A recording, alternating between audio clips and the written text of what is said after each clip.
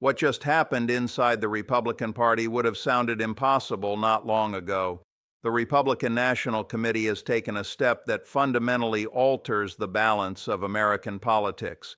It has formally expelled Donald Trump from the party structure. Not suspended, not criticized, expelled. This wasn't a symbolic vote or a temporary disciplinary measure. It was a decisive institutional break, the party cutting loose the man who defined it for nearly a decade. For years, Trump didn't simply lead the Republican Party. He absorbed it. The GOP's messaging, fundraising, candidate selection, and internal discipline increasingly revolved around one figure. Loyalty to Trump became the primary political currency. Dissent meant exile. Questioning him meant career suicide. The RNC itself transformed into something closer to a personal political engine, coordinating with Trump-aligned candidates, redirecting resources, and enforcing ideological discipline across the party. That system worked as long as Trump remained electorally dominant and legally untouchable. That era is now over. Behind the scenes, pressure had been building for more than a year. Trump's legal exposure was no longer theoretical or distant. It was expanding. Multiple criminal indictments, dozens of felony counts, civil judgments reaching into the hundreds of millions, and an ever-growing list of trials scheduled well into the future. Each new case created a new problem for the party. The RNC exists to win elections, but Trump's priorities were shifting. Instead of focusing on building a competitive coalition, he increasingly demanded that party infrastructure serve a different purpose: legal survival. Millions of dollars were quietly diverted toward legal defense. Donors began asking uncomfortable questions. Down-ballot candidates in swing states struggled for funding. Strategists warned that Trump's legal baggage was becoming an anchor, not an asset. At the same time, the party's public image was deteriorating. Polling showed voters associating the Republican brand less with policy and more with Trump's personal scandals. Independent voters, already uneasy after January 6th, were drifting further away. For a long time, party leadership chose avoidance. They hoped the legal problems would fade. They hoped voters wouldn't care. They hoped Trump would eventually stabilize. Instead, the situation worsened. And then came the moment the party could no longer ignore. Internal discussions began surfacing: contingency planning, donor risk assessments, scenarios where the GOP might have to function without Trump at the center. To Trump, this wasn't strategy, it was betrayal. When word of these conversations reached him, the response was immediate and aggressive. Threats of primary challenges, public attacks, private pressure campaigns aimed at forcing total submission. But this time, the RNC didn't retreat. Instead, it drew a line. A decision was made that stunned even veteran Republican insiders. The party would no longer allow itself to be treated as a personal financial shield or legal defense mechanism. Institutional survival would come before individual loyalty. And with that decision, the break became inevitable. The vote to expel Trump was the final step in a conflict that had been building quietly for years, a collision between personal power and institutional limits. What happens next will not stay contained inside the Republican Party, because once a political movement built around one man begins to fracture, the consequences spread far beyond party headquarters. The turning point inside the Republican National Committee was not ideological, it was financial. Trump's legal troubles were no longer abstract risks on the horizon. They had become a constant drain on party resources, attention, and credibility. Legal fees alone were climbing at a pace that alarmed even longtime allies. Multiple trials across different jurisdictions meant expenses that would not end in months, but in years. At the same time, Trump's fundraising structure had shifted in a dangerous direction. Political committees that were marketed as tools to support Republican candidates increasingly functioned as pipelines for personal legal defense. Money raised from grassroots donors under the banner of saving the country was quietly redirected toward courtrooms and law firms. For the RNC, this created a crisis of purpose. The committee is expected to build infrastructure, support competitive races, and prepare for future election cycles.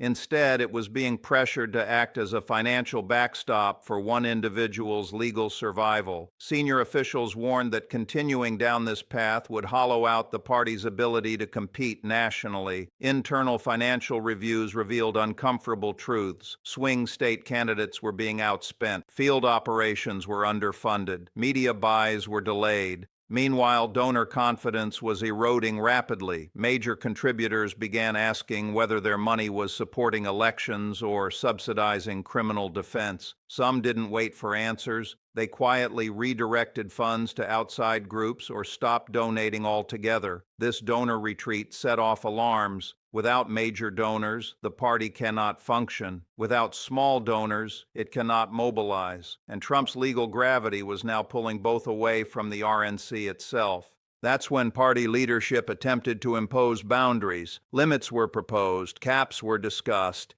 Clear distinctions between campaign support and personal legal defense were outlined. These were not radical measures. They were basic compliance safeguards meant to protect the organization from legal exposure and financial collapse. Trump saw it very differently. To him, boundaries were defiance. Any refusal to provide unlimited support was framed as betrayal. The message was unmistakable. Loyalty meant total submission without conditions. Behind the scenes, pressure campaigns intensified. Party officials were warned that failure to comply would result in public attacks and primary challenges. The implicit threat was clear. Defy Trump and your political future would be destroyed. But something had changed. The fear that once paralyzed the party was weakening, not because Trump had lost his base, but because the institutional risk of continuing to obey him had grown too large. Legal advisors began raising red flags. If party funds were being misused, liability wouldn't stop with Trump. It would extend to the officials who authorized the transfers. That meant fines, investigations, and potential criminal exposure for the party itself. At that point, inaction was no longer neutral. It was dangerous. The RNC faced a binary choice: continue operating as an extension of Trump's personal interests, or reassert its identity as a political institution with legal and financial responsibilities. There was no middle ground left. The decision to confront Trump wasn't made in public. It happened in emergency meetings, closed-door conversations, and tense calls with donors who demanded accountability. And once that decision was made, everything that followed became inevitable. Once the Republican National Committee attempted to reassert control, the conflict moved from quiet tension to open confrontation. Trump did not negotiate. He escalated. As soon as party leadership began signaling limits on financial support, Trump launched an internal pressure campaign unlike anything the committee had faced before. Phone calls turned hostile, meetings became confrontational, private disagreements were transformed into public loyalty tests. The message was consistent and unmistakable. Anyone who refused to fall in line would be targeted. Party officials were warned that Trump-backed challengers would be deployed against them. Donors were told they would be labeled enemies of the movement. State party leaders were reminded that Trump still controlled the base, and that base could be weaponized. For years, this strategy worked. Fear of retaliation kept the party obedient, but now the calculation had changed. Trump's legal exposure had transformed his threats into liabilities. Supporting him unconditionally was no longer just politically risky, it was potentially illegal. Party lawyers warned that continuing to blur the line between campaign activity and personal legal defense could invite federal scrutiny. That warning proved prophetic.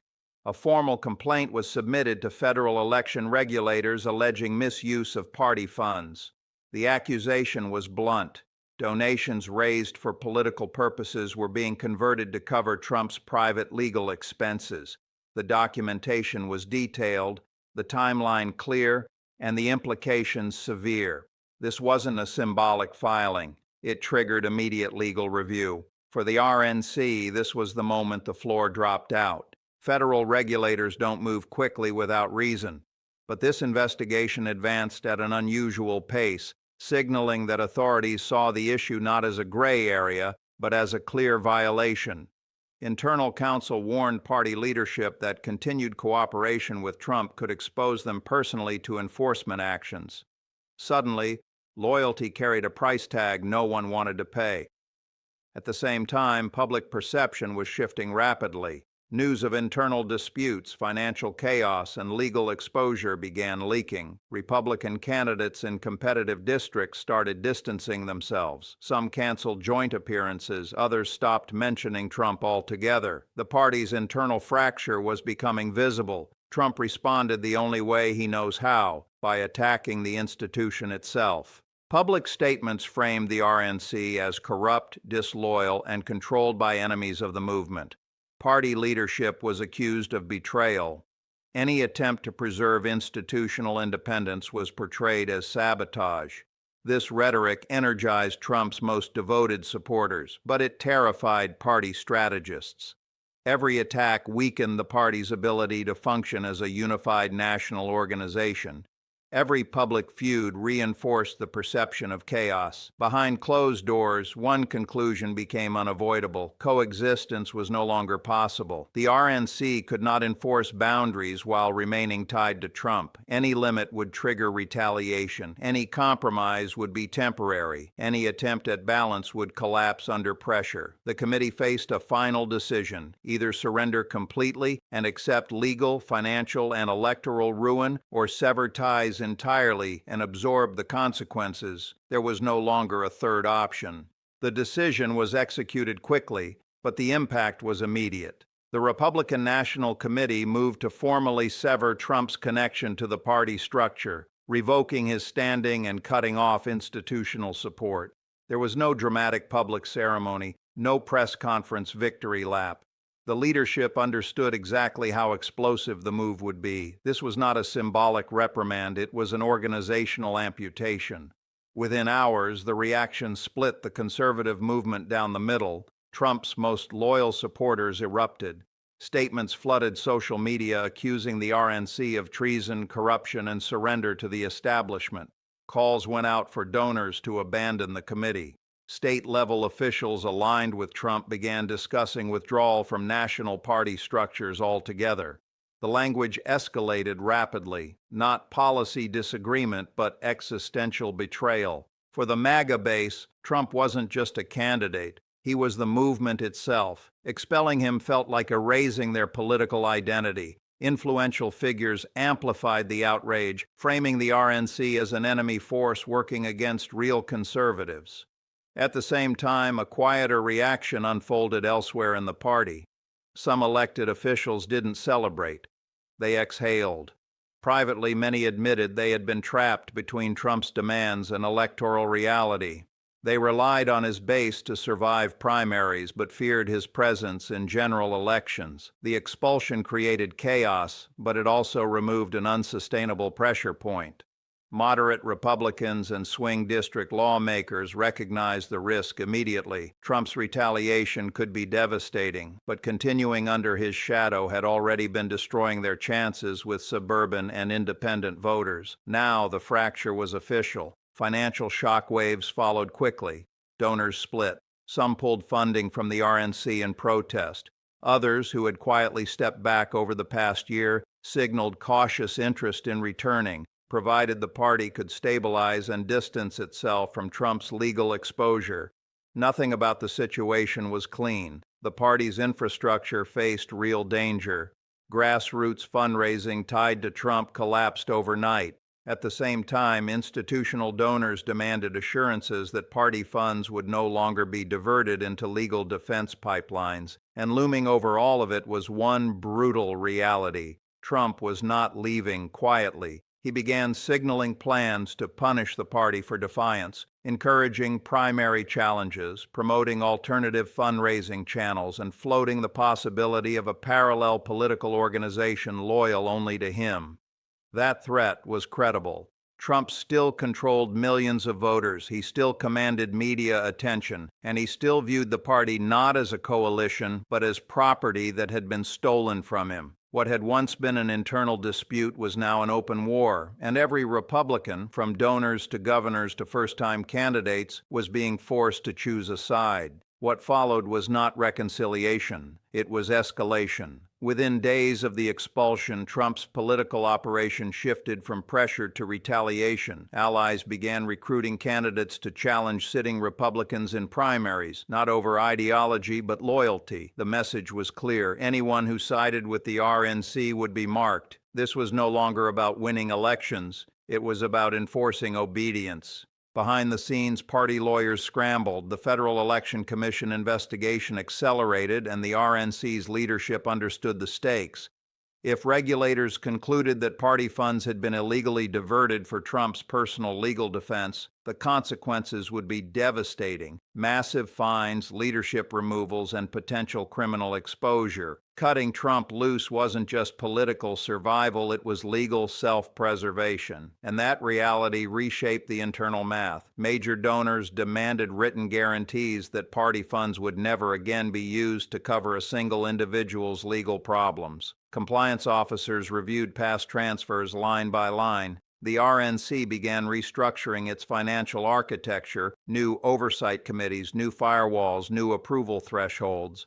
In effect, the party was trying to rebuild credibility while under fire, but the damage had already spread. State parties fractured. Some aligned fully with Trump, rejecting national authority. Others doubled down on institutional loyalty, betting that exhaustion with chaos would eventually outweigh devotion to one man. The Republican Party was no longer one organization, it was two rival systems occupying the same space. Trump, meanwhile, framed the expulsion as proof of conspiracy. He cast himself as the victim of a corrupt elite terrified of losing control. His rallies intensified, his rhetoric sharpened. The idea of forming a parallel movement, separate fundraising, separate endorsements, separate infrastructure, moved from threat to contingency.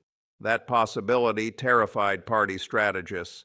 A divided conservative electorate almost guarantees losses in competitive races. Even a small fracture in turnout could hand Democrats decisive victories in 2026.